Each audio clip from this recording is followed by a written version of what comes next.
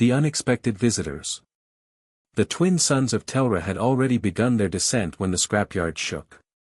Torin Cade barely looked up from his workbench, his torch sizzling along the fractured shell of a collapsed generator coil. For hours he had been elbow-deep in coolant tubes and rusted alloy, the familiar hiss of heat and steam the only voices left in a place the galaxy had long forgotten.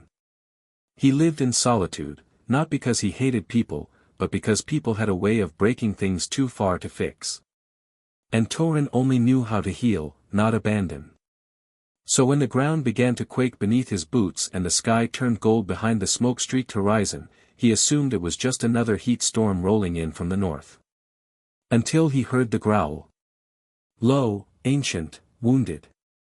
Not thunder. Not wind. Pain. He stepped out from under the shed canopy, wiping his hands on the rag slung over his belt. That's when he saw her.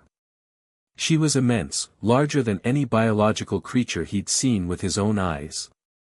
Covered in matted white-gray fur streaked with ash, blood, and grime.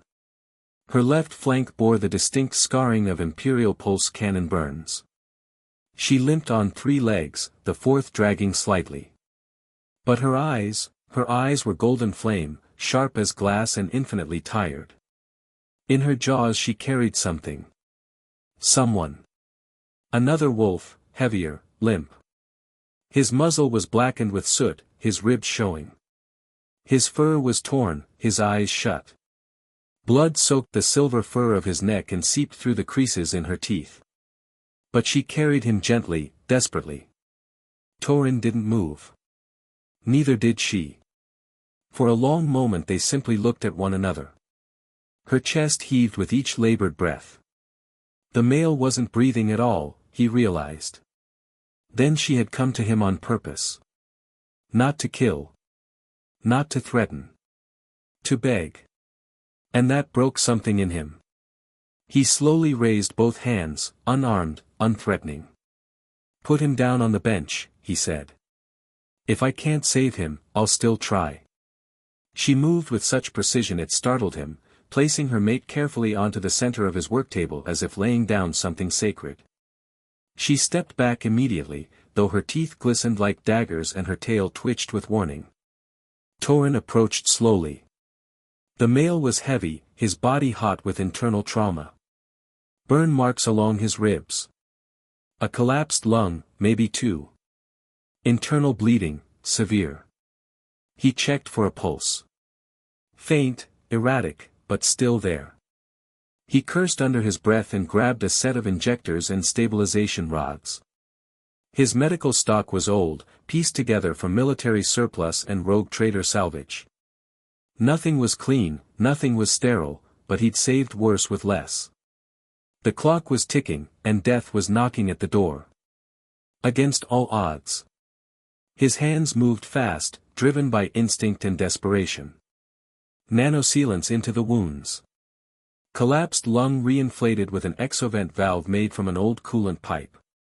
Fractured bones splinted with carbon thread braces. For the first time in 2 years, he hooked up the portable plasma fusion bypass, a cobbled-together emergency implant system he'd built for a job that never came. It came today. The device pulsed to life. The male wolf spasmed, his eyes flaring open, unfocused and wild as his chest expanded with a rasping, mechanical breath. Torin caught his shoulders before he thrashed himself off the table. Easy, big guy. You're not out of the woods yet. Behind him, the she-wolf made a noise he would never forget. Not a howl, not a growl, but something halfway between sobbing and prayer. She stepped forward and nudged her mate's muzzle with her own. He twitched, coughed, then exhaled weakly, a sound that whispered against the firelight like dust brushing stone. Torin slumped onto a crate and wiped his brow, the sleeve coming away stained red and gray. Hell of a way to meet someone, he muttered, eyeing the she-wolf. She looked at him and then, impossibly, lowered her head. Not in fear. In gratitude. He blinked, stunned. I'll be damned, he whispered. You knew I could fix him. She took 2 steps closer, massive head level with his chest. For a single, breathless second, she pressed her snout to his shoulder. Then she curled around the table, drawing her still-breathing mate close, and didn't move. Not for hours.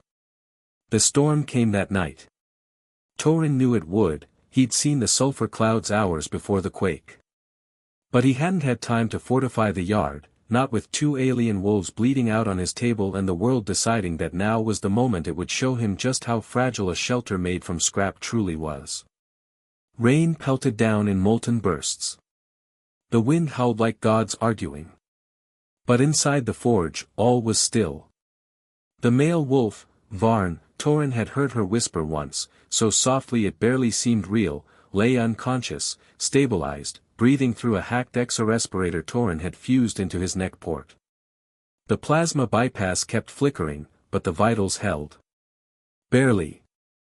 Nura, the she-wolf, did not sleep. She lay coiled around her mate, tail tucked beneath his hind legs, body flattened like a makeshift heat shield. Her eyes never left Torin, not accusing, not threatening. Just watching. Measuring. Understanding. Trust was being built in the silence between lightning strikes. The bond forms. Torin worked in silence, adjusting clamps, draining infected fluid, stitching flesh and steel together with shaking fingers and old tech thread. He whispered to himself as he worked, the way he always had. Easy now. Come on, big guy. Let's get you back where you belong. When he finally stepped back at dawn, his limbs numb and his shoulders burning, he realized Nura had moved. She was beside him, her breath warm on his arm. Close enough to end him with a single swipe of her claws. But she didn't. She lowered her head again, pressed her nose lightly to his chest, then turned and, with deliberate care, curled up beside Varn again. Leaving a space just large enough for him. Torin stared at the spot, then at the wolves, then he sat down in the dirt, leaned against the side of the table, and closed his eyes. The storm passed, and the stars blinked silently above, watching the strange, fragile truce between a human who fixed what was broken and the wolves who would never leave him again. For 3 days, Torin barely moved from the forge. Every 2 hours, he rotated the bypass connection in Varn's chest to prevent burnout. Every 4, he drained the overflow chamber and flushed the makeshift blood coolant loop. It wasn't perfect. It wasn't even safe. But it worked. Varn's vitals stabilized with a stubborn steadiness that mirrored the human who refused to let him die. All the while, Nura never left. She stood silent during the day, her massive body parked at the entrance of the forge like a sentinel of old myths.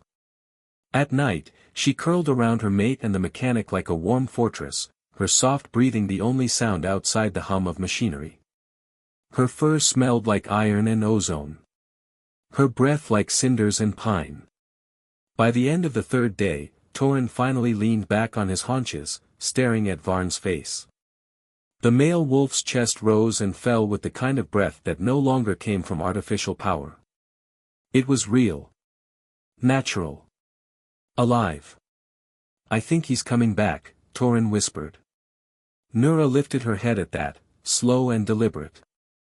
She blinked once, then stood and howled. It wasn't loud. It wasn't meant for intimidation or rage. It was long, resonant, filled with relief. That single note echoed through the scrapyard like a melody meant for ancient skies. And somewhere beyond Telra's clouds, the Empire heard it. Because they were already watching. The Empire strikes. Orbiting just past the moon's edge, an Imperial surveillance vessel, the Observer-class Sentry Wake, had been scanning the outer systems for signs of illegal species harboring. They had registered a significant biosignal flare 5 days earlier, a pulse surge from a biological exosignature that should not have existed. Too strong. Too specific. Now that same signature lit up again, only this time it was accompanied by something worse, a matched signal. 2 wolves, one previously presumed deceased, both responding to a human. The onboard AI flagged the reading as impossible, but the Empire didn't believe in the impossible. They believed in containment. In control. They flagged the coordinates and dispatched a detachment of Terminator-class recovery drones to Telra's surface with strict orders: acquire, suppress, eliminate if resistance is encountered. Torin didn't know they were coming, but Nura did. She rose in the middle of the night, ears twitching, muscles tense. She sniffed the wind, her breath coming faster. Varn stirred beside her, his eyes flickering open for the first time in days, weak, blinking, but awake. Torin sat bolt upright, half asleep, tools still in his lap. "What is it?" She growled low, and a second later, the sky lit up with descending plasma trails. 6 streaks of burning light, cutting through the atmosphere like falling stars with malicious intent. Damn! Torin scrambled to his feet, his mind racing. Imperial drones. They must have tracked your biosignatures. Varn tried to stand, stumbled, and collapsed back onto the table. The bypass system sparked and whined under the strain. Nura positioned herself between the approaching threat and her still recovering mate, hackles raised. "No," Torin said, grabbing his pulse rifle from the wall mount. "If they see 3 targets, they'll call for backup. Heavy backup." He looked at Nura, then at Varn. "You two need to go. Now." Nura's golden eyes blazed with something that might have been indignation. She didn't move. "I'm serious," Torin said, checking his weapon's charge. "I can hold them off, but only if you're not here to complicate things." The first drone touched down at the perimeter of the scrapyard with a metallic thud. Its scanning beams cut through the darkness like searchlights, probing, seeking. 5 more followed, spreading out in a tactical formation. Varn struggled to his feet again, this time managing to stay upright. The bypass system flickered but held. He looked at Torin with those same golden eyes, ancient and knowing. Then he did something unexpected. He limped over to Torin and pressed his massive head against the human's shoulder, the same gesture of gratitude Nura had shown days earlier. "Yeah," Torin whispered, his throat tight. "I know. Now go." But as the drones began their advance, scanners locked onto the forge, Torin realized something that chilled him to the bone. They weren't just here for the wolves. They were here for him too. The Empire had questions about the human who could bring the dead back to life. The final stand. The lead drone's voice crackled through the night air, mechanical and cold. "Unregistered biological entities detected. Human subject, surrender for questioning. Compliance is mandatory." Torin raised his pulse rifle. "How about you come and make me?" The firefight erupted instantly. Plasma bolts scorched the air, turning scrap metal into molten slag. Torin dove behind a pile of engine cores, his rifle spitting energy bursts at the advancing drones. He'd been in scrapes before, but 6 Imperial Terminators were beyond his capabilities. He was going to die here. Then Nura and Varn flanked the drones from both sides.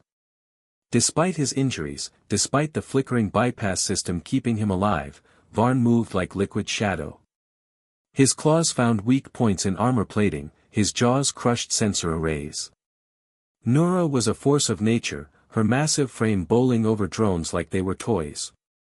But they were outnumbered, and the Empire's machines were learning their patterns. "Behind you!" Torin shouted as a drone's plasma cannon swiveled toward Nura. His shot went wide, the bolt dissipating harmlessly into the night. The drone fired. Nura twisted, but not fast enough. The plasma blast caught her in the shoulder, spinning her around. She hit the ground hard, gold blood pooling beneath her. Varn's roar shook the scrapyard. Rage and grief and fury compressed into a sound that seemed to come from the planet's core. He launched himself at the offending drone, bypass system sparking and failing as he tore the machine apart with his bare claws. But the effort was too much. The makeshift life support system that had kept him alive finally gave out. Varn collapsed, his breathing ragged and weak. Torin made his choice. He sprinted across the battlefield, sliding on his knees beside the fallen wolf. "Stay with me, big guy. His hands moved automatically, checking connections, rerouting power. I'm not losing you now. A shadow fell over them. The remaining drones had regrouped, weapons trained on the trio. The lead unit's voice was final: surrender or be terminated. Nura struggled to her feet, placing herself between the drones and her family, because that's what they had become, in those few precious days. A family. No, Torin said quietly. He looked at Nura, then at Varn, then at the drones. We don't surrender. We don't run. We protect each other. He pulled out his emergency beacon, a device he'd sworn never to use. It would broadcast on all frequencies, civilian and military. It would bring help, but it would also bring questions he couldn't answer. Mayday, Mayday. This is Torin Cade on Telra. Imperial forces are engaging civilians. We need immediate assistance. The beacon's signal pierced the night sky, racing toward the stars at light speed. The drones hesitated, their programming conflicted. Eliminating witnesses to illegal operations was one thing. Massacring civilians while a distress call broadcasted to the entire sector was another. In that moment of hesitation, Varn found his strength. The bypass system flared to life one last time, drawing power from his own life force. He stood, golden eyes blazing with the fury of a dying star. The final battle was brief but decisive.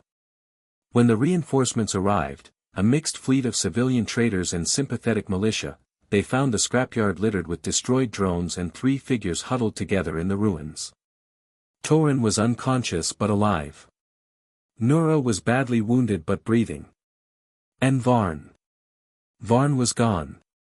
The bypass system had finally burned out, taking his life with it.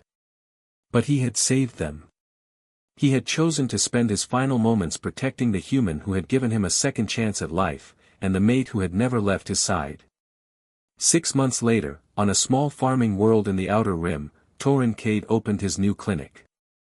The sign above the door read, "All species welcome." No questions asked. Nura lay in the afternoon sun outside the clinic, her shoulder healed but her heart still carrying the weight of loss. Sometimes, when the wind was right, she would howl, not in grief, but in remembrance. The sound would carry across the fields, a song of love and sacrifice that honored the memory of a wolf who had learned that family wasn't just about blood. It was about choice. And in the end, they had all chosen each other. The stars wheeled overhead, eternal and patient, witnesses to the small but significant victory of compassion over indifference, of love over fear. In the galaxy's darkest corners, there were still those who chose to heal rather than harm. Who chose to build rather than destroy. Who chose to love rather than abandon. And sometimes, that was enough to change everything. The end.